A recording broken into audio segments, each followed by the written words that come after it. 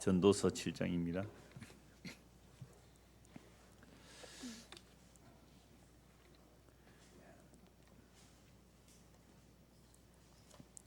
전도서 7장 5절에서 12절까지 전도서 7장 5절에서 12절까지 한 목소리로 읽겠습니다.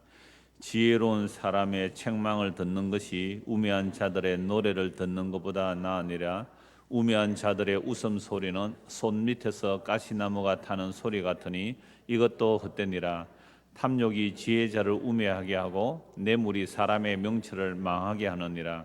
일의 끝이 시작보다 낫고 참는 마음이 교만한 마음보다 나으니 급한 마음으로 노를 바라지 말라. 노는 우매한 자들의 품에 머무름이니라. 옛날이 오늘보다 나은 것이 어찌미냐 하지 말라. 이렇게 묻는 것은 지혜가 아니니라. 지혜는 유성같이 아름답고 햇빛을 보는 자에게 유익이 되도다. 지혜의 그늘 아래에 있음은 돈의 그늘 아래에 있음과 같으나 지혜에 관한 지식이 더 유익함은 지혜가 그 지혜 있는 자를 살리기 때문이니라. 아멘. 본문 5절 보시면 지혜로운 사람의 책망을 듣는 것이 어리석은 자들의 노래를 듣는 것보다 낫다. 우매한 자, 어리석은 자들의 노래. 이걸 공동번역에서는 어리석은 자들의 칭찬 이렇게 되어 있습니다. 그러니까 지혜로운 사람의 책망을 듣는 것이 어리석은 자들의 칭찬을 듣는 것보다 낫다라고 말씀하고 있죠. 자, 그런데 우리는 칭찬받기를 좋아합니까? 책망받기를 좋아합니까? 책망받기를 좋아하죠. 그래서 어리석은 사람이라도 우리에게 막 칭찬해주면 우리는 기분이에요. 막 업되죠. 막 칭찬하면 어리석은 사람이 칭찬하는데 그 칭찬이 좋아서 그 어리석은 자의 말을 듣고 계속 그 칭찬의 길로 가면 어떻게 되는 거죠? 망하는 거잖아요. 망하는데도 불구하고 어리석은 자의 칭찬이 좋아요. 그러니까 나이 드신 분이 그러시더라고요. 나이가 들면 밑에 이제 뭐 사장님일 경우에 밑에 부하 직원이 요게 앞에 와서 알랑방귀 끼는 거 안 돼요. 알아도 와서 좋은 말 해주는 게 좋대요. 나이가 들수록. 근데 밑에 충성한다고 막 지근하고 이런 사람은요, 그 걔 말이 맞대요. 맞아도 싫대요. 그러니까 우리가 다 그런 거 아닙니까? 그러니까 이 지혜로운 사람이 책망을 하는 것이 맞는 말이지만 싫어요. 근데 어리석은 자, 그 말을 들으면 망하지만 그 어리석은 자의 말이라도 칭찬이면 좋아하는 거죠. 그러니까 이 말씀을 보면 우리는 본성상 책망을 싫어하고 칭찬을 좋아해요. 그래서 그 디모데후서 3장 15절 10절 여러분 잘 아시니까 읽어드리겠습니다. 디모데후서 3장 15절 17절입니다. 또 어려서부터 성경을 알았나니 성경은 너희 너로 하여금 그리스도 예수 안에 있는 믿음으로 말미암아 구원에 이르는 지혜가 있게 하느니라. 모든 성경은 하나님의 감동으로 된 것으로 교훈과 책망과 바르게 함과 의로 교육하기에 유익하니 이는 하나님의 사람으로 온전하게 하며 모든 선한 일을 행할 능력을 갖추게 하려 함이라. 우리가 성경을 왜 보는 거예요? 지금 바울이 디모데에게 하는 말입니다. 네가 어려서부터 성경을 알았다. 이 당시는 물론 구약 성경이죠. 네가 성경을 알았는데 이 성경은 너로 하여금 그리스도 예수 안에 있는 믿음으로 말미암아 구원에 이르는 지혜가 있게 한다. 그러면 이미 구약 성경으로도 우리를 책망해서 믿음으로 말미암아 그리스도 예수 안에 있는 믿음으로 말미암아 구원에 이르는 지혜를 주는 것이 성경이라고 말씀하죠. 그러면서 모든 성경, 이제는 뭐 구약과 신약 할 것 없이 모든 성경은 하나님의 감동으로 된 것으로 교훈과 책망과 바르게 함과 의로 교육하기에 유익하니. 여러분 책망 좋아하십니까? 교훈 좋아해요? 바르게 하는 것, 의로 교육하는 것 이거 안 좋아해요. 그럼 민방위 훈련 가면요. 민방위 훈련 가면 예비군 훈련도 힘들지만 민방위 훈련 가면 강사들이 진짜 힘들어요. 민방위 훈련 가면 이 강사가 와서 이렇게 강의하는데 뭐 할까요? 사람들 다 잡니다. 뭐 시간 때우는 거잖아요.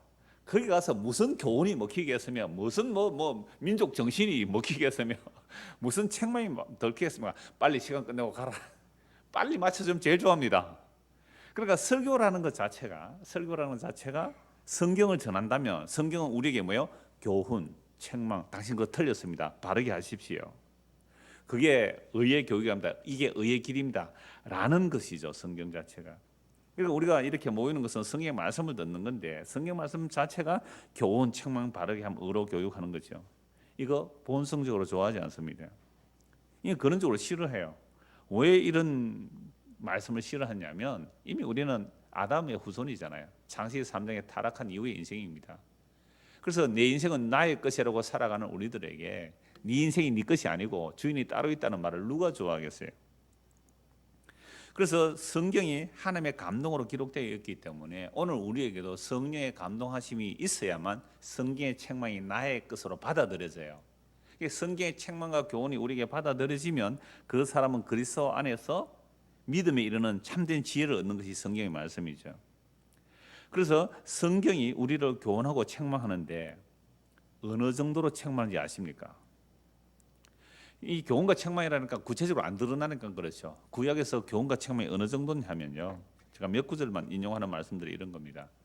사람의 마음의 생각과 계획이 어려서부터 항상 악하다. 이 창세기 6장과 8장의 말씀이거든요. 여러분, 사람의 마음의 생각과 계획이 가끔씩이라도 선할 수 없다는 거죠. 항상 악해요. 이거 인정하면 예수 믿는 사람이죠. 자기 죄인들을 인정해요. 그런데 우리가 그건 너무합니다. 나도 가끔씩 선한 게 나옵니다. 나 부모에게 효도도 하고 말이죠. 뭐 또 어버이날이라고 꽃도 사드리고요. 그건 늘 나쁜 짓 하는 거 아니잖아요. 꽃 왜 사드리는데요? 뭐 하려고? 좀 더 다른 거 혹시 바라는 거 없습니까? 아니면 지금까지 받은 은혜 감사해서 한다고요? 그러니까 우리 하는 행위치고 계산 안 된 게 하나도 없습니다. 선의로 이건 대가성 없습니다. 미쳤습니까? 대가성 없이 수천만 원 주게요. 말도 안 되는 얘기야. 밥 한 그릇 사도 대가성이 다 있는 겁니다. 이게 사람의 마음의 생각과 계획이 항상 악해요. 항상 자기를 중심으로 돌아갑니다. 이걸 인정하는 것 정말 자연인으로 불가능해요. 정말 성령께서 역사하셔서 내 마음에 비춰주시면 주야 맞습니다. 내 마음의 생각과 계획이 항상 악합니다. 예배하는 것도요, 얼마나 마음의 생각 계획이 악하게 예배하는지 아세요? 구약에 한번 보시면 그 수많은 제사를 드리고 그 많은 기도를 하고 그 많은 절기를 지키는데 예수님께서 오셔서 뭐라고 말합니까? 다 집어치우라 이거. 물론 구약의 선지자들이 말했습니다. 하나님께서 소고기를 잡수겠느냐? 하나님이 그 기름을 냄새를 맡겠느냐? 그런 거 집어치우라고. 왜 제사를 드리라고 했는지 제사의 뜻을 모르는 거예요. 정말 정결한 짐승의 희생으로 우리가 용서를 받는다는 그거 알지 못하는 거죠. 제사 드리고 나서 그걸 자기의 공적으로 삼으니까 제사를 드리면 드릴수록 나의 죄를 짐승에 전가시키잖아요. 대신 죽는 그 짐승을 보면서 이 짐승의 피가 우리를 용서할 것이 아니라 장차 정말 하나님의 아들이 이 땅에 오셔서 우리의 죄를 대신하구나. 그걸 제사로 봐야 되고 그걸 예배해야 하는데 세상에 그런 희생의 제사에는 뜻은 없고 나 오늘 제사 잘 드렸죠. 오늘 소 한 마리 바쳤어요. 나는 소 2마리 바쳤어요. 이러고 있는 이게 무슨 짓을 하느냐 말이죠. 그걸 구약의 선지자들이 책망하니까 그 책망을 받아들일 수가 없는 겁니다. 그게 마음의 생각과 계획이 어려서부터 항상 악하다는 것은요, 우리의 모든 삶에 다 나타나요. 예배 중에 다 나타나요. 설교하면서 나와요. 기도하면서 나와요. 그래서 악에 익숙한 인간이 스스로 선을 행할 수 없다. 어느 정도로 선을 행할 수 없는가? 예레미야 13장 23절에 보면 구스인이 피부색을 바꿀 수 있겠느냐? 표범이 얼룩반점을 바꿀 수 있겠느냐? 여러분, 흑인이 어떻게 스스로 피부색을 바꿀 수 있어요? 표범이 어떻게 자기 얼룩반점을 바꿀 수 있느냐 말이죠. 만약에 구스인이 피부색을 바꿀 수 있고 표범이 그 얼룩반점을 바꿀 수 있다면 악에 익숙한 너희도 선을 행할 수 있으리라. 그럼 인간이 선을 행할 능력이 있다는 말입니까? 없다는 말입니까? 없다는 거예요. 전혀 불가능한 겁니다. 그래서 만물보다 십이 부패한 게 사람의 마음인데 이걸 누가 알겠느냐는 거죠. 이게 예레미야 17장 9절의 말씀입니다.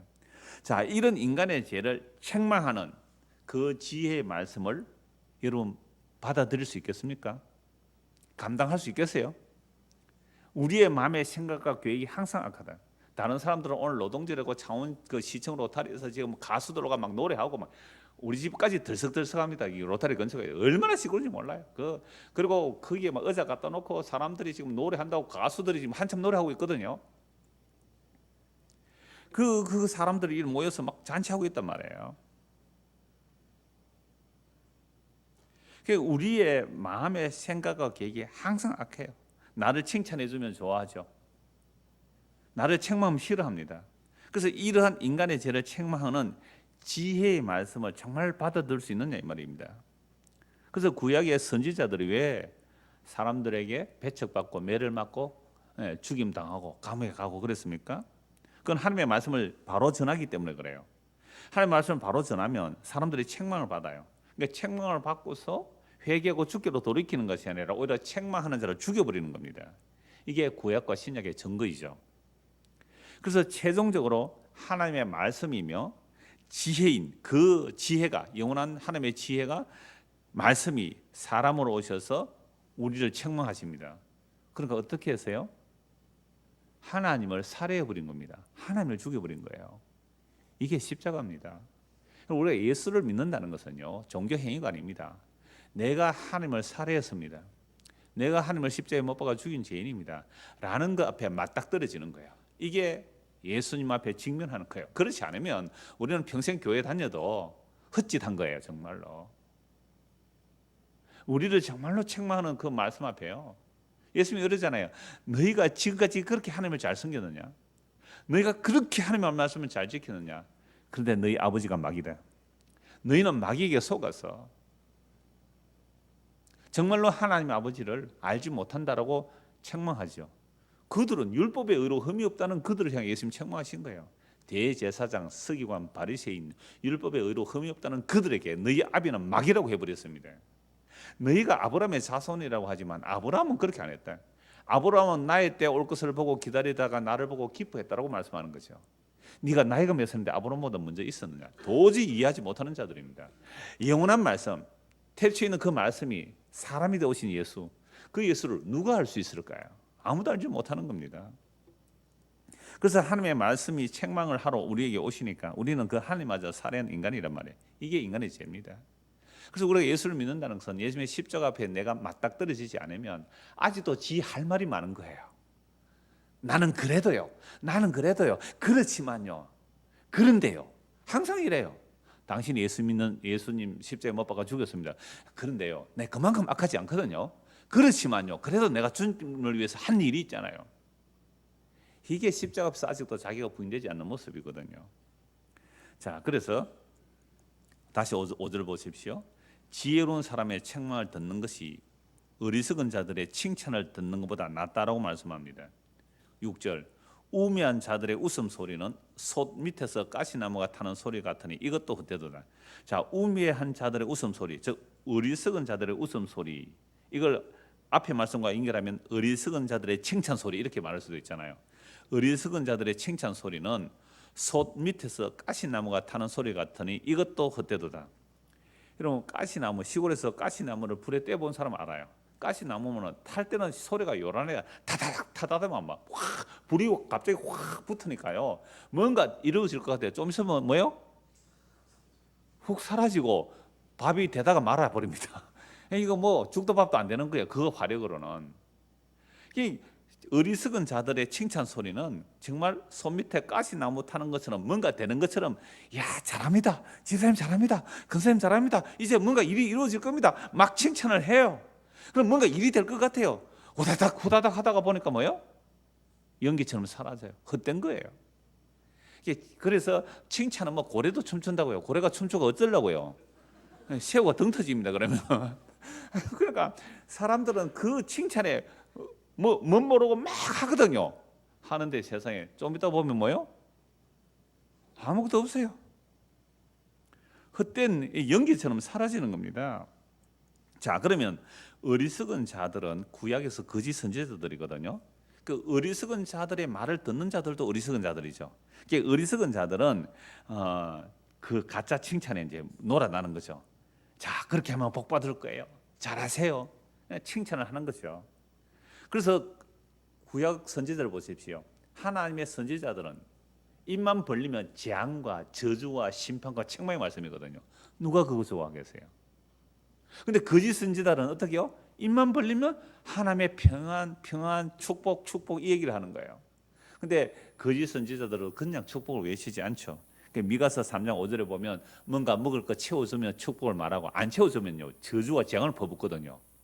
그러니까 뭔가 갖다 바치면 뭐 해요? 복 받을 거예요. 당신 하나님께서 역사하실 거예요. 맨날 이러고 있단 말이에요. 이 거짓 선지자들이죠. 자, 이런 자들의 웃음소리, 이런 자들의 칭찬 소리는 뭐 같다고요? 가시나무가 타는 것 같아요. 후다닥 요란한 것 같은데 아무것도 없는 먼지처럼 사라지는 겁니다. 자, 그러함에도 불구하고 왜 많은 사람들이 이런 거짓 선지자들의 말에 넘어갈까요? 왜 거짓 선지자들의 말에 넘어갈까요? 그건 탐욕 때문에 그렇습니다. 7절 보십시오. 탐욕이 지혜자를 어리석게 하고 뇌물이 사람의 명철을 망하게 하느니라.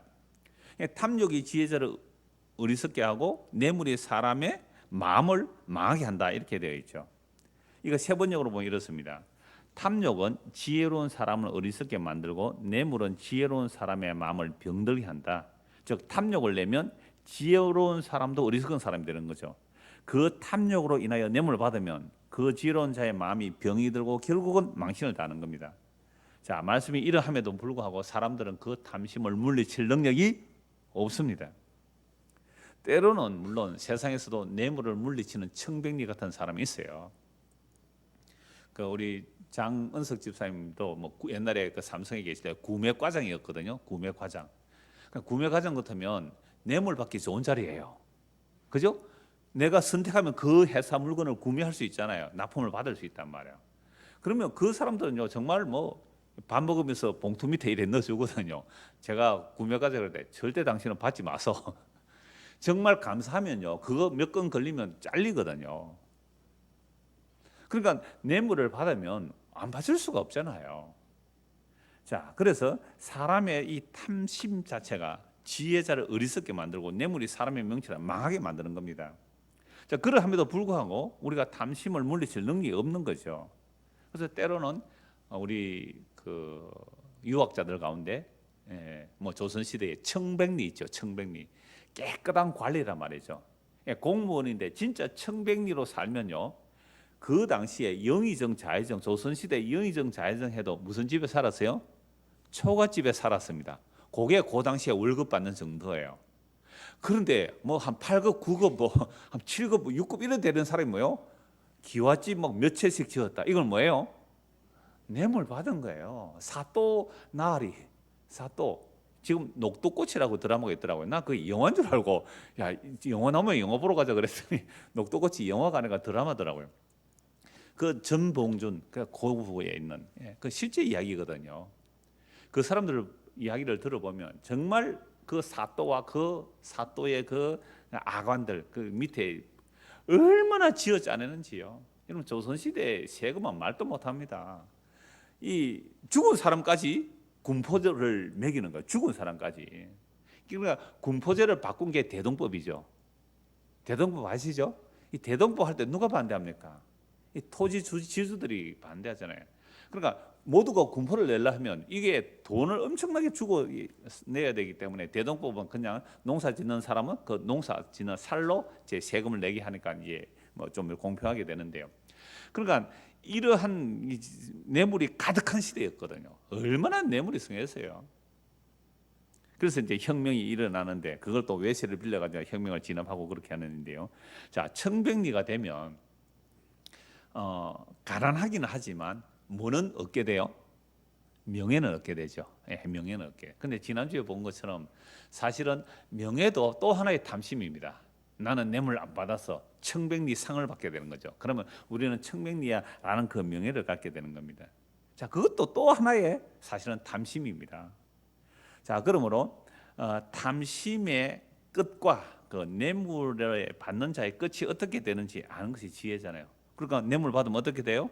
탐욕이 지혜자를 어리석게 만들고 뇌물이 사람의 명철을 망하게 만드는 거죠. 그게 끝이죠. 자, 그런데 단지 우리는 그 끝만 아는 것이 아니라 정말 진짜 끝, 진짜 끝을 아는 게 지혜예요. 여러분 세상 사람도 뇌물 받으면 그 끝이 좋다 안 좋다? 안 좋다는 정도로 알아요. 뇌물 받으면 그 끝이 안 좋아요. 지금 감옥에 가는 사람들이 왜 감옥에 갑니까? 권력을 가지고 있을 때 뇌물 받아서 감옥에 가는 거 아닙니까? 그러니까 만약에 그게 안 들킨 사람은 마음 편하게 살까요? 혹시 이거 들키면 어떻게 하지? 맨날 전전긍긍하면서 살 거예요. 물론 양심에 틀이 난 사람 그것도 걱정 안 하고 산다 그럽니다만 양심에 틀이 나는지 안 나는지는 모르겠습니다. 이 양심에 감각이 없는 사람은 그것도 뻔뻔하게 살겠죠. 자, 그래서 이건 누구나 할 수 있는 거죠. 그러니까 진짜 지혜는 진짜 끝을 아는 사람, 그게 지혜예요. 그래서 오늘 설교 제목이 지혜의 그늘 아래 그렇게 되어 있는데요. 진짜 끝이 무엇인지 8절 보십시오. 8절과 9절입니다. 일의 끝이 시작보다 낫고 참는 마음이 교만한 마음보다 나으니 급한 마음으로 노를 바라지 말라. 노는 우매한 자들의 품에 머무름이라. 여러분, 일의 끝이 시작보다 낫죠. 내가 무슨 일을 계획했는데 일을 딱 끝냈을 때 시작보다 훨씬 좋죠. 야, 내가 이 일을 이루었다. 그럼 누가 할 수 있는 말이잖아요. 근데 일의 끝이 시작보다 낫고 참는 마음이 교만한 마음보다 나으니 급한 마음으로 노를 바라지 말라. 노는 우매한 자들의 품에 머무름이라. 자, 이 말씀을 보면 공동번역으로 8절 9절 제가 한번 읽어드릴게요. 일을 시작할 때보다 끝낼 때가 좋고 자신만만한 것보다는 참는 것이 좋다. 짜증을 부리며 조급하게 굴지 마라. 어리석은 사람이나 짜증을 부린다. 여러분, 짜증을 부리고 분을 내는 것은 왜 짜증 부리고 분을 내는 겁니까? 사람이 언제 분노하고 짜증을 부리게 됩니까? 내가 어떤 일을 시작했는데, 그죠? 일의 진행이 자기 원하는 대로 잘 안 되면 뭐해요? 분노하고 짜증 내죠. 두 분이 왜 그래요? 오늘 짜증 냈어요, 뭐 일하다가. 뭔가 일을 하다가, 집안에도 마찬가지거든요. 뭔가 일을 하다가 내 뜻대로 안 되면 뭐요? 분노가 일어나고 짜증을 내지요. 자, 그 일의 끝이 자기에게 기분 좋은 결론이 나지 않을 것 같으니까 이러면 일이 안 돼! 라고 짜증을 내고 분노를 하는 것은 그 일의 결론이 자기에게 좋은 결론이 안 나오니까 참지 못하고 분을 바라는 거죠. 그런데 이런 생각 자체가 이미 무슨 생각이라고 그랬어요? 타락한 인간이기 때문에 이렇게 나옵니다. 왜 일의 끝이 다 니한테 좋아야 되는데? 왜 모든 일의 끝이 너에게 좋아야 하는데? 이게 죄입니다. 여러분, 세상 만사의 모든 일들이 나에게 좋아야 좋은 거죠. 아니, 세상 모든 일들이 나에게 좋아야 좋은 거 아닙니까? 그렇죠? 정치도 나에게 좋게 되어야 좋은 정치고, 교회 와도 나에게 좋게 되어야 좋은 교회죠. 목사도 나에게 좋게 해줘야 좋은 목사죠. 그런데 정치도 내 뜻대로 안 되고, 교회 와도 내 뜻대로 안 되고, 목사도 내 뜻대로 안 되면 뭐가 나요? 짜증 나고 분하고 원망이 막 나오는. 그 일의 끝을 왜 내가 좋은 대로 결론 내려야 되는 겁니까? 그러니까 오늘 우리가 짜증이 나고 분노가 원망이 일어나는 것은 모든 일의 끝이 다 누구 좋게 돌아가야 돼요? 내 좋도록 돌아가야 된다는 그 생각 자체가 죄인 줄 꿈에도 생각 못하고 살아가요. 천지 만물을 하나님이 창조하실 때는 누구 좋으라고 만들었어요? 하나님이 자기 좋으라고. 다른 말로 하면 예수님 좋기 위해서. 그러니까 예수님과 하나님 좋기 위해서, 아니 성령까지 성부 성자 성령 좋게 하려고 이 천지를 만물을 창조하셨거든요. 그러면 세상 만물이 다 아버지와 아들과 성령의 뜻대로 돌아가는 것은 실수가 있을까요? 없을까요? 없어요. 그럼 내 일이 꼬이고 내 뜻대로 안 되고 내가 원하는 결론이 안 내려진다 할지라도 하나님 뜻은 실패할까요? 안 할까요? 안 해요. 그럼 내 일이 흥크러지고 안 풀리고 내 끝이 내 원하는 대로 안 될지라도 누구 뜻은 잘 되고 있어요. 하나님 뜻은 잘 되고 있으니까 주여 만물이 주에게서 나왔고 주로 말미암고 주에게 돌아가니 주여 만세가 형통합니다. 이렇게 해야죠. 그런데 왜 내 뜻대로 안 된다고, 일의 끝이 내 뜻대로 안 되고 신경질 내고 왜 짜증나고 살았습니까? 쥐가 하나님 돼 있어서 그래요. 이게 타락이에요. 그럼 오늘 저번에 다 회개해야 됩니다. 그럼 목사는 화 안 냈습니까? 복음 전하는 목사는 이래요. 왜 이 복음 못 알아듣습니까? 화낸다니까. 지는 오래 참음으로 주의 구원이 이루어났다 해놓고 다른 사람이 엉뚱한 소리 뭐 화내가지고 니는 복음 모르는 사람이라 하고 막 이 교통정리하고 말이야. 니는 내하고 사귀지 말자 그러고, 어제와 동지가 오늘의 적이 되고 말이야. 오늘의 적이 내일의 동지가 되고, 이게 전부 자기중심이에요. 다시 한번 볼까요? 일의 끝이 시작보다 낫고 참는 마음이 교만한 마음보다 나으니 급한 마음으로 노를 바라지 말라.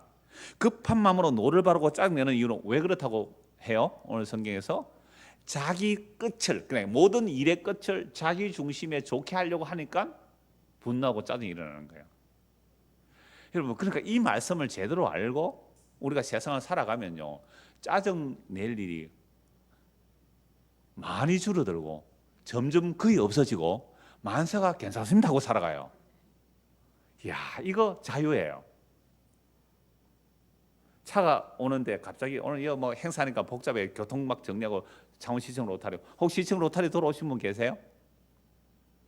없어요? 네. 시청 로타리 돌아오는데 차가 확 막혀 돌아가라 그래. 내가 오늘 예배당에 가야 되는데 내가 그때 놀러 가나? 교회 이 수요일 날 다른 사람은 놀아도 나는 교회 예배 드리러 오는데 차가 왜 막히노? 짜증 팍팍 내지요. 아니, 차가 왜 네 가는 길에 쭉쭉 열려야 되는데? 네? 차가 왜 네 가는 길에 쭉쭉 열려야 되는데? 이게 전부 다 자기 중심이에요. 내가 놀러 가는 거 아니고 교회 가는데요. 네 교회 왜 가는데? 네 좋으려고 가지. 네 예수 믿고 천국 가려고 가는 거 아니냐? 너 나 좋으려고 가니? 너 나 좋으라고 교회 오니? 가만히 생각해보면 그러네요. 진짜 끝을 아는 거, 이게 진짜 지혜예요. 단지 우리 일에, 그죠? 5개년 계획, 뭐 10개년 계획, 뭐 1년 계획, 그런 계획을 이루어냈다고, 이야, 일의 끝을 마무리하니까 행복하다, 기쁘다. 그게 망하는 길인지 어떻게 알아요? 근데 일이 실패해요. 뭐든지 일이 되는 게 없어요. 다 망했어요. 그게 진짜 사는 길인지 어떻게 알아요? 이제 우리는 성경을 통하여 진짜 끝이 무엇인지를 알면 그게 지혜예요. 내가 대단한 업적 하나도 안 이뤄도 아무 상관없는 거예요. 대단한 일 안. 그리고 또 뭐 일을 하다 보니까, 놀다 보니까 어떻게 뭐 할 것은 없고, 뭐 심심해서 공부를 하다 보니까 뭐 훌륭한 뭐 발명을 하나 하든지 놀라운 어떤 뭐 업적을 하나 남겼어요. 야, 대단해. 뭐 대단한 게 아니고 뭐 할 짓이 없어서 공부가 제일 쉬웠어요. 그래서 놀다 보니까 뭐 그렇게 된 거예요. 이렇게 말해야 되는 거잖아요. 이걸 자유라 그래요. 그러니까 여러분들, 앞으로 여러분의 인생의 끝을 누가 지고 계세요? 주님이 지고 계시는데 이 끝을 이미 이루었을까요? 안 이루었을까요? 이미 이루어난 거거든요. 그러니까 애쓰고 용서지 않아도 된단 말이에요. 힘쓰고 애씀이 없을지라도 값없이 주는 생명수는요 늘 흘러차고 넘쳐요. 그거 먹고 마셨으면 됐죠. 끝을 하는 것, 그게 지혜예요. 그래서 구약 신명기에서 그렇게 말하잖아요. 이스라엘 백성들에게 너희가 그 끝을 알았더라면, 너희가 이렇게 살면 망하고 이렇게 살지 않아야 하나님의 생명을 얻는데 그 끝을 알았더라면 점점점점 하고 있어요, 성경에서. 자, 그래서 우리가 시작한 일의 끝, 그죠? 내가 계획한 일의 끝, 그거 시시한 거예요. 진짜 시시한 거예요.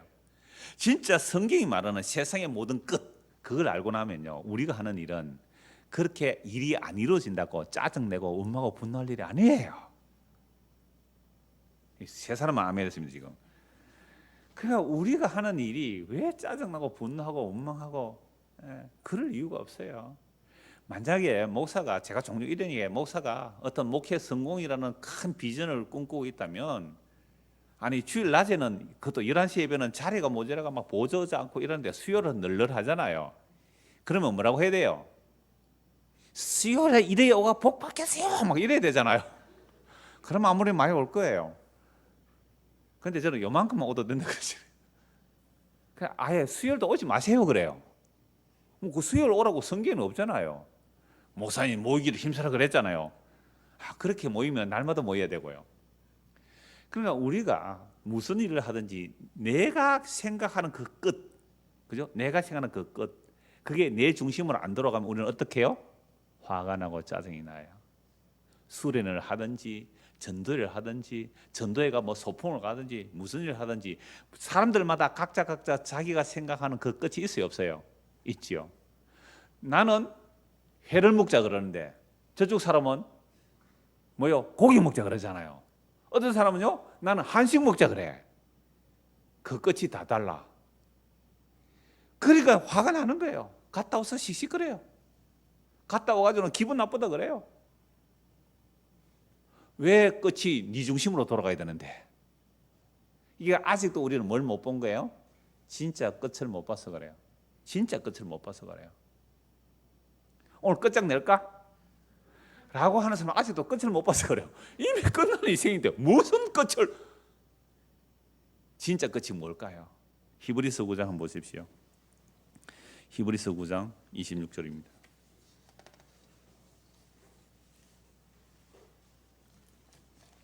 히브리서 9장 26절.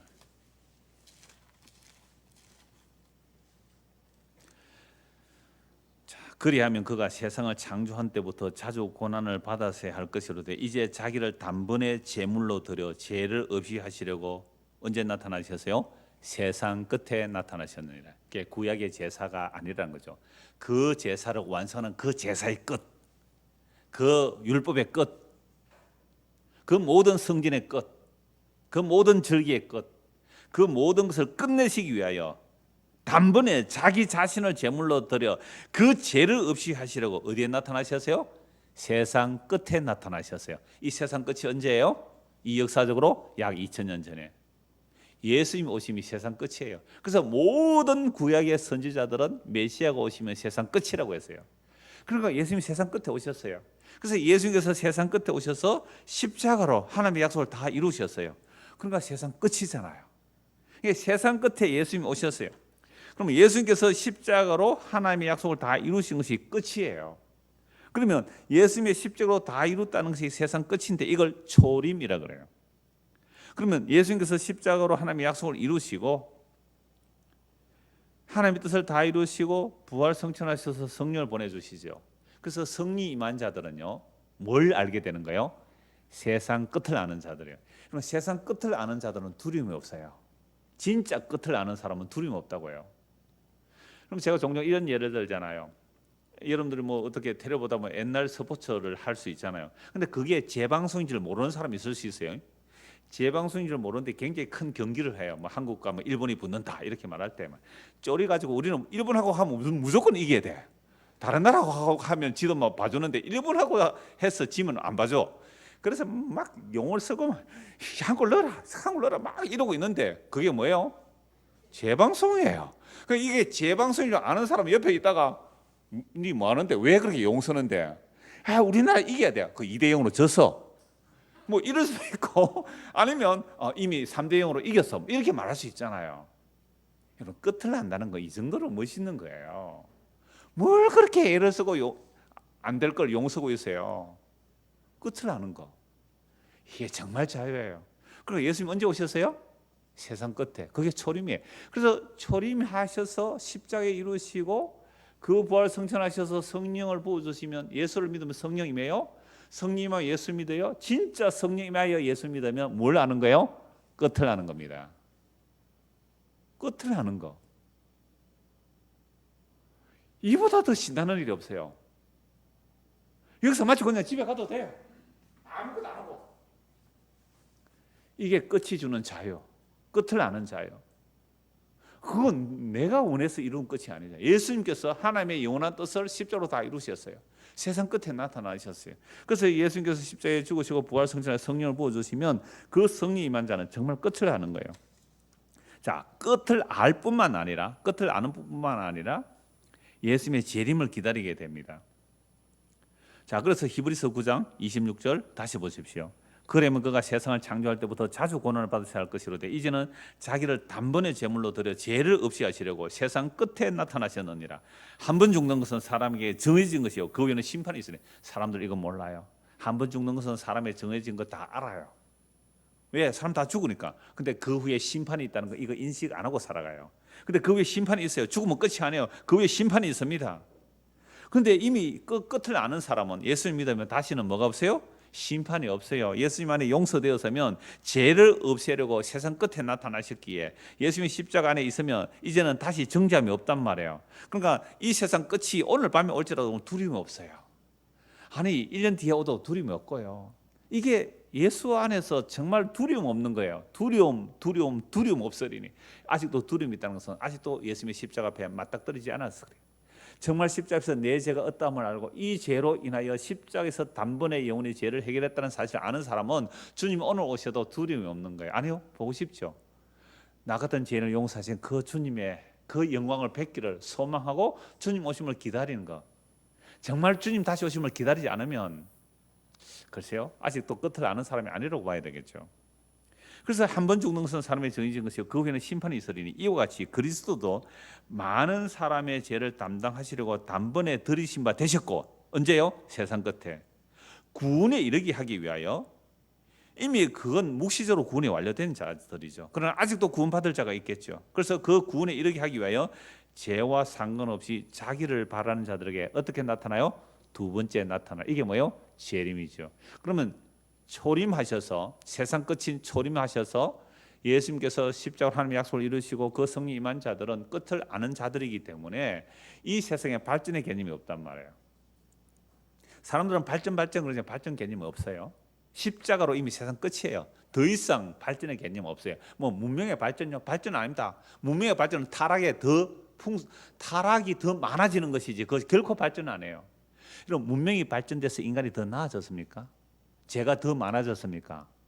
죄가 더 많아집니다.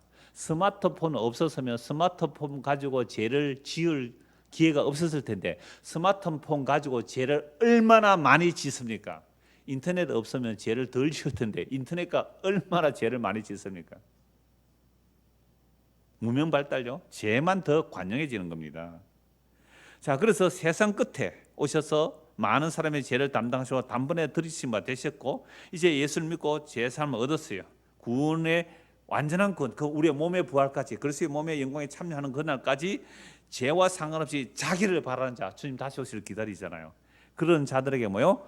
두 번째 나타나시리라. 그러면 예수님 재림하시면 뭘 확정할까요? 여러분, 예수님 재림하면 뭘 확정할까요? 이미 2000년 전에 십자가가 세상 끝이라는 것을 확정해요. 예수님 재림하시면 이미 2000년 전에 십자가로 세상 끝임을 확정하는 것이 재림이에요. 그러면 예수님 다시 오시는 그날에 미련하고 어리석은 십자가로 하나님의 약속을 다 이루신 그 약속 안에 있는 자들은 주님 재림하실 때에 기쁨과 영광으로 맞이할 거예요. 근데 예수님이 십자가로 세상 끝을 알지 못하고 내가 세상에 주님 오시는 그날에 뭐 하려고요? 하나님께 영광 돌리려고 세상에 썩어질 것 잔뜩 마련해서 주님 이거 내가 하나님께 영광 돌려서 마련한 거예요. 이거 받으세요라고 하는 그날에 불태고 없어질 거 아니에요. 야, 2000년 전이 끝인데 너 지금 뭘 마련했니? 여러분, 끝이라는 것은요, 회개하고 예수 믿으라는 거예요. 회개하라, 천국이 가까웠다. 그 끝에는 뭘 해야 돼요? 끝인데. 여러분, 오늘 세상의 종말이라면 뭘 해야 되겠어요? 회개하고 예수 믿는 거잖아요. 그게 2000년 전의 끝이란 말이에요. 그 끝을 알게 해주시는 분이 성령이죠. 그래서 성령은 종말의 영입니다. 그래서 구약에서 말세에 뭘 부어준다고 그랬어요? 모든 육체에 성령을 부어주신다고요. 요엘서 2장에, 사도행전 2장에 성령이 임했어요. 성령이 임하니까 뭘 전해요? 사도들이 회개하라, 청교가 너희가 십자가에 못 박아 죽인 예수를 하나님이 죽어 그리스도가 되게 했다. 큰일 났다. 어떻게 할꼬? 회개하고 예수 믿어라. 성령이 임하게 되신다. 그게 사도들이 전한 거잖아요. 전에는요, 겁이 나서 도망갔어요. 그러니까 끝을 아니까 감옥에 갔다 와서 오, 감사합니다. 내가 주의 이름 위해서 핍박받으니 놀라운 은혜입니다. 이렇게 말하잖아요. 이게 끝을 아는 자잖아요. 자, 그래서 뭐 소설의 끝을 다시 써본다고요? 그럴 필요 없어요. 우리는. 누가 그런 노래 했지요? 몰라요 그거. 내가 그 가수 만나봤는데 이름이 한동근. 또 뭐 음주운전해가지고 쑥 들어가 버렸잖아요. 노래 정말 잘해요. 한동근이가 옛날에 제가 만났어요. 그 김수성 목사 장례식 때 그 버스 안에서 뭐 소설의 끝을 다시 쓴다 뭐 그런 노래가 있었어요. 뭐 그 쓸 거 뭐 있어요? 뭐 아쉬워서 다시 써. 이미 끝이 났는데요. 자, 그래서 예수님의 재림은요, 십자가의 세상 끝이 확정되는 겁니다. 하나님의 천지 창조는 그 아들의 희생을 통한 완성을 목적으로 하기에 예수 그리스도의 십자가가 아들의 영광이면 하나님의 영광이에요. 그래서 가룟 유다가 예수님을 팔려 나갔을 때 예수님이 뭐라고 말씀하세요? 인자가 영광을 얻었고 인자로 말미암아 하나님도 영광을 얻었다. 그럼 예수님이 십자가 하나님의 영광이에요. 그럼 하나님의 끝은 뭐냐? 예수님이 십자가로 다 이루시는 거거든요. 그럼 이게 하나님의 창조의 목적이에요. 그럼 천지 창조는 뭐가 목적이에요? 끝이죠. 그러니까 하나님의 끝 십자가예요. 그러니까 십자가의 완성을 위하여 천지를 창조했기 때문에 하나님의 영광은 그 끝의 완성 안에 있을 때 하나님께서 뭘 하세요? 기뻐하는 거예요. 그러니까 오늘 우리가 어디에 있으면 하나님 기뻐할까요? 예수 안에 있으면, 예수 믿으면, 그 십자가 안에 있으면 하나님께서 우리를 보시고 뭐라고요? 의롭다, 거룩하다, 지혜롭다, 구원이다, 이렇게 말하는 거잖아요. 우리가 하나님께로부터 나와서 예수 그리스도 안에 있다면, 우리가 예수를 믿는다는 것은 예수님이 하나님께로부터 우리에게 와서 우리에게 뭐가 된다고요? 지혜와 거룩함과 의로움과 구원이 돼요. 예수 안에 있을 때, 그 끝, 그 완성 안에 있을 때 하나님 우리를 보고, 야, 너 거룩해, 너는 지혜로워, 너는 거룩해, 너는 의로워, 의로워. 이게 하나님 창조 목적이에요. 왜요? 하나님은 자기 아들의 희생을 통하여 하나님의 창조를 완성하기를 기뻐하셨기 때문에 그걸 예수님께서 끝에 와서 이루어 놓으셨잖아요. 자, 그래서 예수님께서 초림과 재림 사이에는요, 이 십자가의 완성만이 재림 때까지 전해져요. 재림 때까지 전해져요. 자, 그래서 요한계시록 22장을 한번 보십시오. 요한계시록 22장. 성경 끝이죠.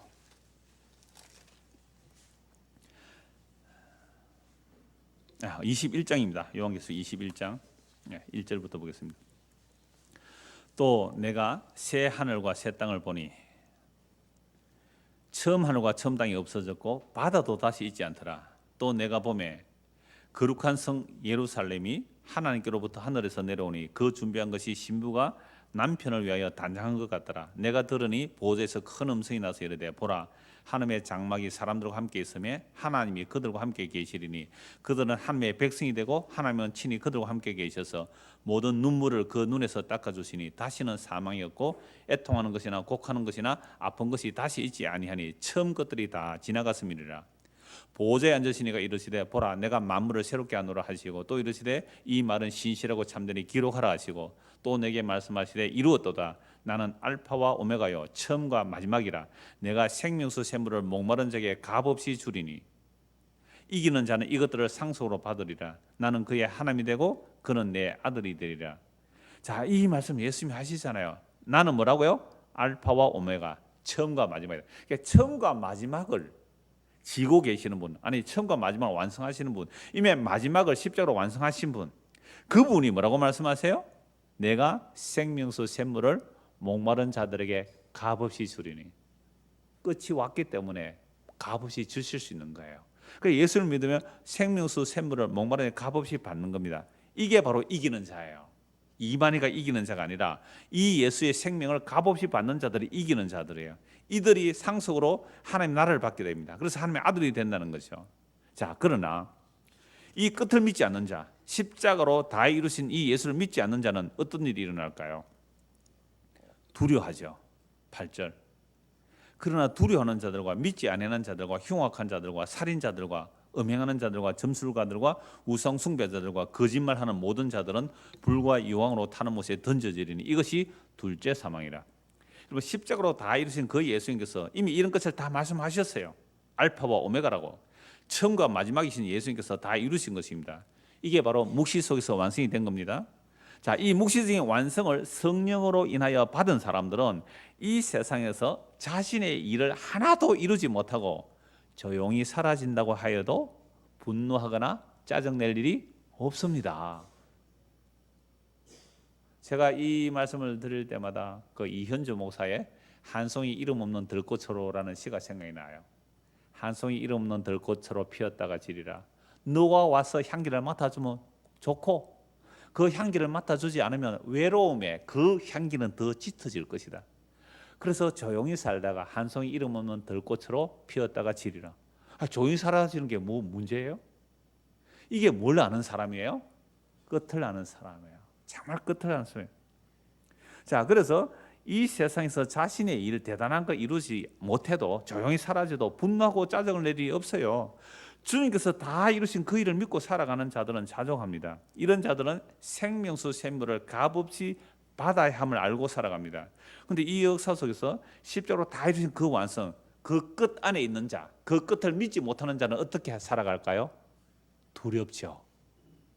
내가 뭔가를 이루어야 되는데, 내 인생이 실패하면 안 되는데, 내가 더 대단한 성공을 해야 되는데, 그래서 내가 세상에서 이름을 날려야 되는데, 그리고 이 세상에 복받고 살고 하늘나라 가서도 큰 자리 차지해야 되는데, 이게 두려움이고 이게 음행이고 이게 간음이고 이게 불법이에요. 이게 거짓말에 속는 거예요. 끝을 몰라요. 이미 2000년 전에 끝이 이루어진 것을 모르고 사는 사람들, 종교적 욕망, 정치적 야망, 세상에 자기 이름의 영광, 이걸 위해서 살아가는 사람은 두려워요. 왜? 실패하면 어떻게 하지? 그죠? 천국 못 가면 어떻게 하지? 상 못 받으면 아이고 부끄러워서 그날에 팬티만 입고 돌아다니면 어떻게 하지? 이게 전부 엉터리 같은 이야기예요. 그게 두려움이거든요. 그래서 하나님의 약속의 완성을 믿지 못하는 자들이 바로 8절입니다. 그러나 두려워하는 자들과 믿지 않는 자들과 흉악한 자들과 살인자들과 음행하는 자들과 점수들과들과 우상숭배자들과 거짓말하는 모든 자들, 이게 다 믿지 않는 자들이에요.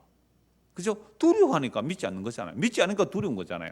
이게 흉악하고 살인이고 음행이고 그리스도와 끊어지게 하는 점술과 우상숭배자들, 거짓말하는 모든 자들은 불과 영으로 타는 못에 던져지니, 이것이 뭐라고요? 둘째 사망. 그러면 2000년 전에 세상 끝이라는 것은 십자가로 완성하셨는데, 그 미련하고 어리석은 십자가 안에 살아가는 자는 주님 오시는 그날까지 다른 것 붙들 이유가 없어요. 십자가로 다 이루신 그거 믿고 살면 되는데, 그게 안 믿어지니까 뭘 만들어낸다고요? 자기 혈과 육으로 뭔가를 만들어내서 하려고 하는 거죠. 그게 두려움이에요. 성공 못하면 어떡하지? 실패하면 어떻게 하지? 세상에, 이게 바로 선악과 땀은 인간들의 탐심이에요. 이 탐심에 거짓 선지자들이 부채질을 하니까 사람들이 거기에 함몰되어 가는 거잖아요. 끝을 아는 자, 이게 성령이 만 자예요. 성령은 종말의 영입니다. 자, 그래서 다시 오늘 보면 10절 보십시오. 오늘 보면 10절입니다. 7장 10절. 옛날이 오늘보다 나은 것이 어찌미냐 하지 말라. 이렇게 묻는 것은 지혜가 아니니라. 이게 많은 사람들이 옛날이요 그러잖아요. 옛날이 지금보다 낫다고. 그 말하는 사람은 현재 자신의 처지가 어때요? 한스러웠어요. 옛날에 내가 잘 나갔는데 내가 왜 이럴까? 옛날이 좋았다. 뭐 그래도 옛날 가난한 시절이지만 그때는 좀 정이 있었다. 이렇게 말하는 거 지혜가 아니라는 거죠. 그럼 옛날이 지금보다 나았다고 말하는 사람은 자신이 왕년에 잘 나간 것을 추구하고 있는 사람이기도 하죠. 그리고 나는 지금이 더 낫다라는 사람은 지금이 옛날보다 행편이 나아질 수 있잖아요. 이런 소리는 지혜의 말이 아니라. 왜요? 전도서가 뭘 말합니까? 해 아래 새 것이 없거든요. 잘났으면 얼마나 잘났고 못났으면 얼마나 못났어요. 저 높은 데서 보면요, 낮은 데서 별 것 아니에요. 제가 한 달쯤 전에 우리 교회 주보에 비음산에서 본 그 사진 하나 올렸잖아요. 그 비음산 꼭대기에서 우리 이 예배당 있는 건물 쪽으로 사진을 찍었어요. 그 비음산에서 보면 우리 예배당 이거 잘 보입니까? 안 보입니까? 요만해요. 예배당 이 건물 자체가 요만해요. 요만해요. 그 안에 4층에 앉아 있는 사람들 보일까요? 그러니까 우리가 이 땅에서 도토리 키재기하고 산다고 아웅다웅 다투지만 정말로 주님께서 십자가로 다 이루신 그 성령, 종말의 영이 임하게 되면 그게 아주 시시해 보여요. 경쟁, 시기, 질투, 네 많이 가져가라. 그럴 수 있는 것이 끝을 아는 자의 여유, 자유, 감사. 이게 진리라는 거잖아요.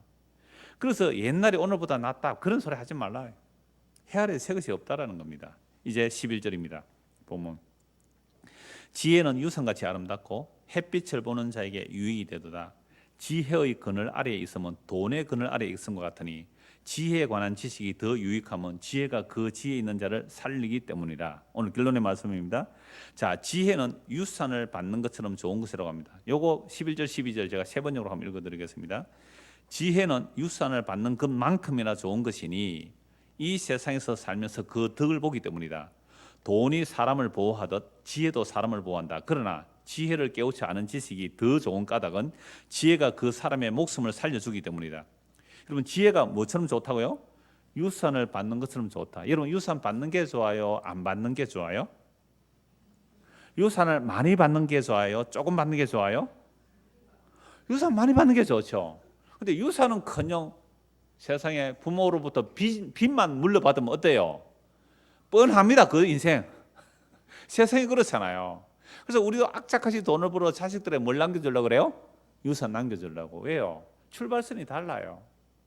그러니까 출발을 하는데 어떤 사람 결혼해서 출발하는데 10억짜리 아파트를 가지고 출발하는 사람이 있을 수 있잖아요. 뭐 부모가 돈이 많아가지고 10억짜리 아파트 물려주면 그렇게 가지고 출발하잖아요.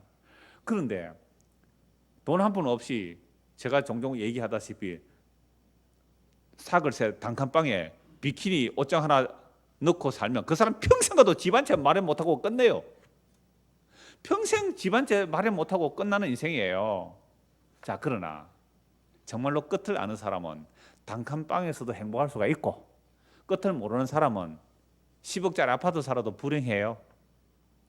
그러니까 이 천의 총각들이 헛된 그 돈의 그늘 아래에 살려고 하기 때문에 이 지혜의 그늘 아래 안 살려고 해요. 그래서 보세요. 지혜는 유산같이 아름답다. 이 말은 사람들이 이 땅에서 살아갈 때에 유산 많이 받으면 사는 거 좀 편하게 살 수 있어요. 이걸 돈의 그늘이라 그래요. 참 재밌는 표현이죠. 12절. 지혜의 그늘 아래에 있으면 뭐요? 돈의 그늘 아래에 있는 것 같으나. 여러분, 자본주의 사회인 대한민국에서 돈의 그늘의 위력이 얼마나 대단한지 아시죠? 그죠? 돈의 그늘 아래. 그래서 사람들이 전부 다 뭐 하라고 살아가요? 돈 하고 살아가요. 왜? 돈의 그늘이 좋거든요. 돈의 그늘이 좋아한 말이에요. 돈의 그늘이 좋아요. 그런데 지혜의 그늘 아래 살아가는 것이 더 좋은데, 지혜의 그늘은 뭘 준다 그래요? 사람을 살린다. 생명 주는 거예요.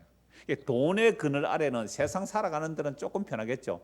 다른 사람들은 지금 열심히 일해가 뭐 집 한 칸 마련하려고 그러는데, 아니 유산을 많이 받은 사람은 다른 사람 애쓸 때 자기는요 외국 여행 다닐 수 있잖아요. 그죠? 외국 여행 갈 수 있잖아요. 그런데 눈은 보기는 보아도 족함이 없어요. 갔다 오면 또 가고 싶다니까.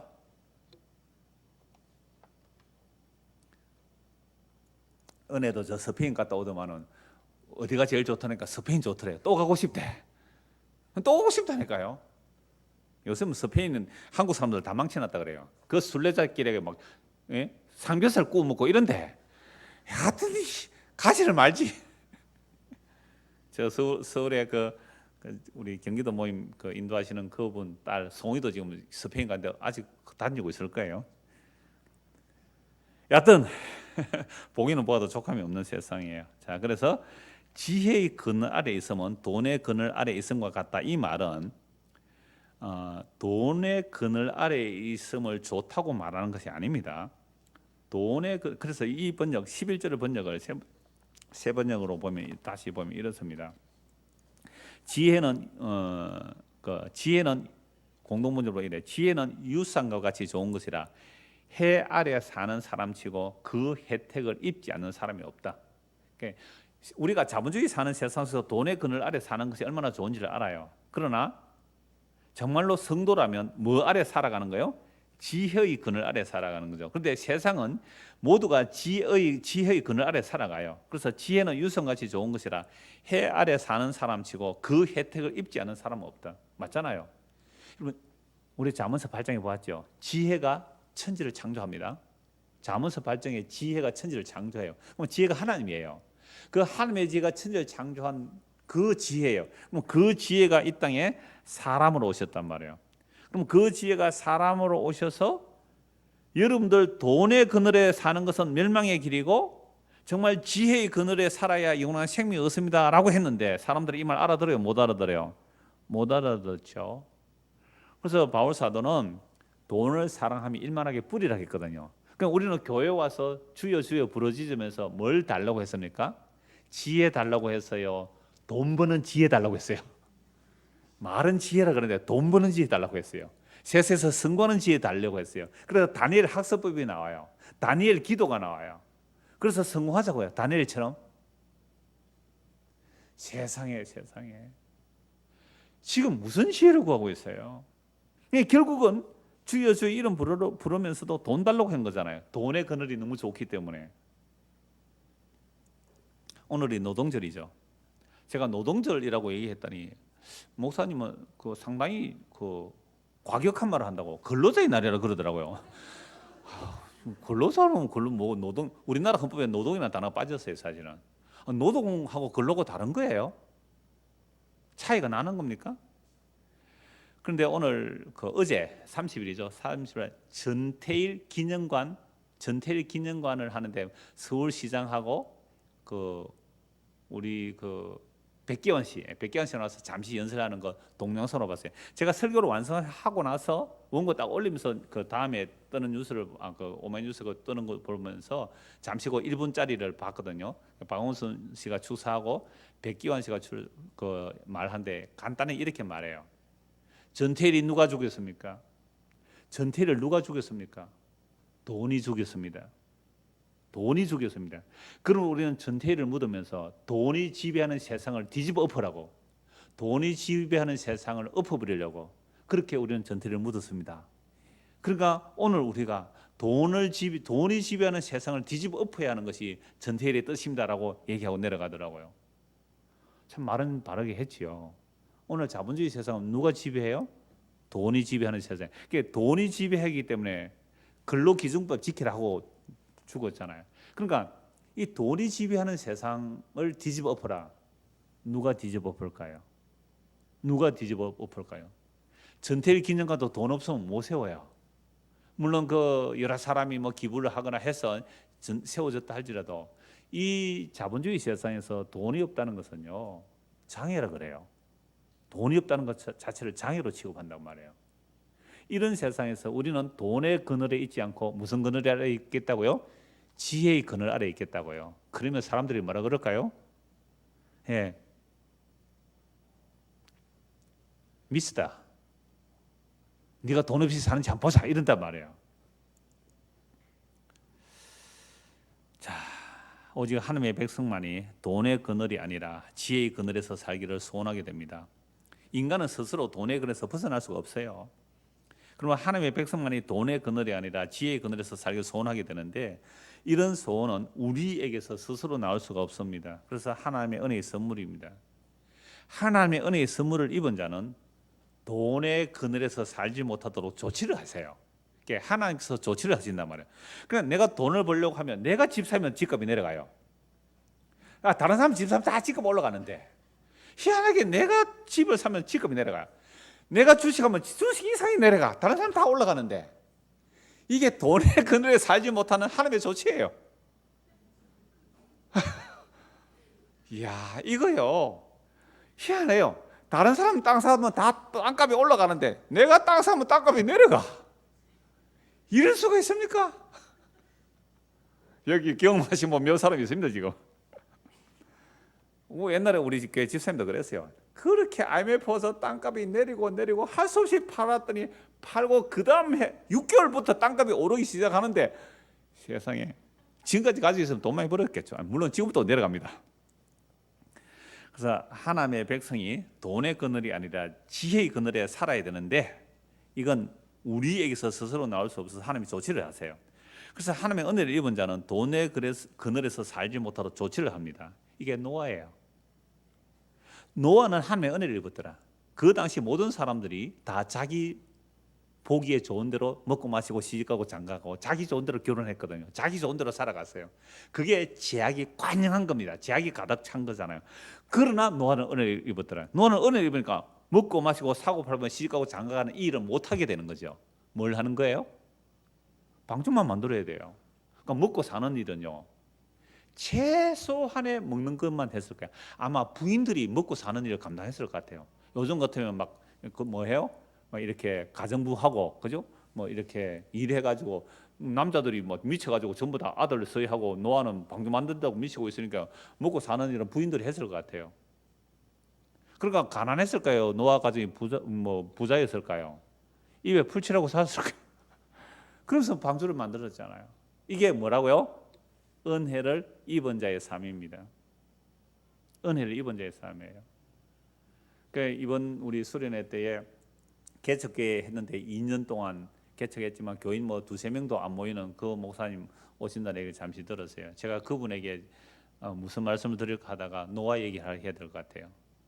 노아는요 정말 100년 넘게 방주 만들었는데 자기 가족 외에는 한 명도 없었어요. 한 명도.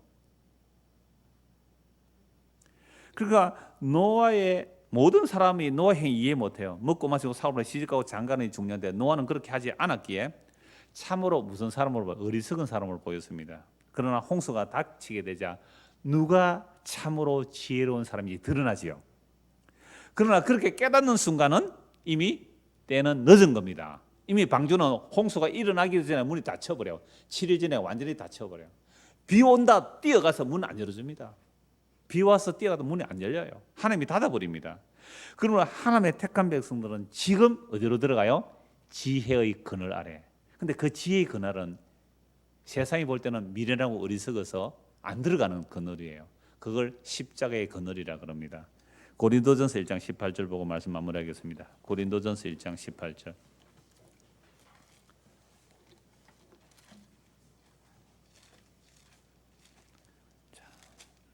고린도전서 1장 18절.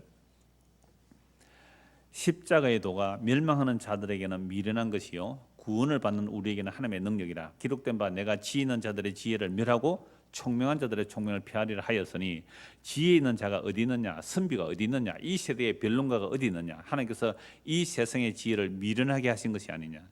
세상의 지혜, 세상의 총명 다 뭘 구하는 지혜와 총명입니까?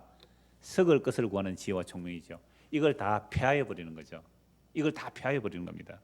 그래서 21절 하나님의 지혜에 있어서는 이 세상이 자기 지혜로 하나님을 알지 못하므로 하나님께서 전도에 미련한 것으로 믿는 자들을 구원하시기를 기뻐하시도다. 유대인은 표적을 구하고 헬라인은 지혜를 찾으나 우리는 십자가에 못 박힌 그리스도를 전하니 유대인에게는 그리끼는 것이요 이방인은 미련한 것이로되 오직 부르심을 받은 자들에게는 유대인이나 헬라인이나 그리스도는 하나님의 능력이요 하나님의 지혜니라. 하나님의 어리석음이 사람보다 지혜롭고 하나님의 약하심이 사람보다 강하니라.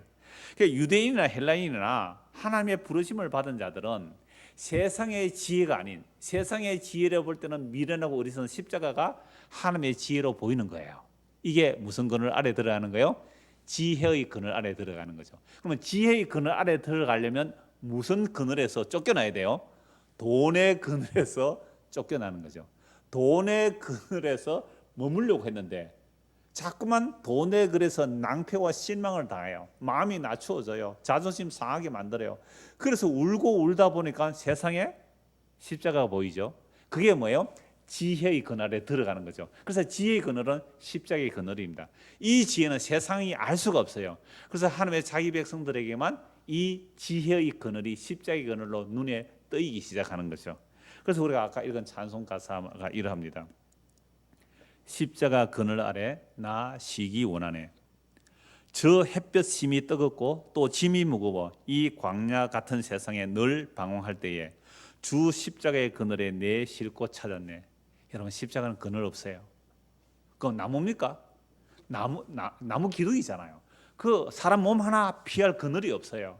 그러니까 무슨 그늘이겠어요? 세상의 끝을 아는 지혜. 그 십자가의 하나님의 약속이 다 이루심 그 안에 참을 쉴 수 있는 거죠. 그래서 저 햇볕 심이 뜨겁고 또 짐이 무고 이 광야 같은 세상에 늘 방황할 때 주 십자가의 그늘에 내 싣고 찾았네. 내 눈을 밝히 떠서 저 십자가 볼 때 날 위해 고난 당하신 주 예수 보인다. 그 형상 볼 때 내 마음에 큰 찔림 받아서 그 사랑 감당 못하여 눈물만 흘리네. 십자가 그늘에서 나 길이 살겠네. 나 사모하는 광채는 주 얼굴뿐이라. 이 세상 나를 버려도 나 두려움 없네. 내 한량 없는 영광은 십자가뿐이라. 예수 그리스도의 그 십자가의 그늘 아래 사는 것이 참된 지혜의 그늘 아래 사는 자들입니다. 이 은혜가 저와 여러분에게 임하기를 소원합니다. 기도하겠습니다.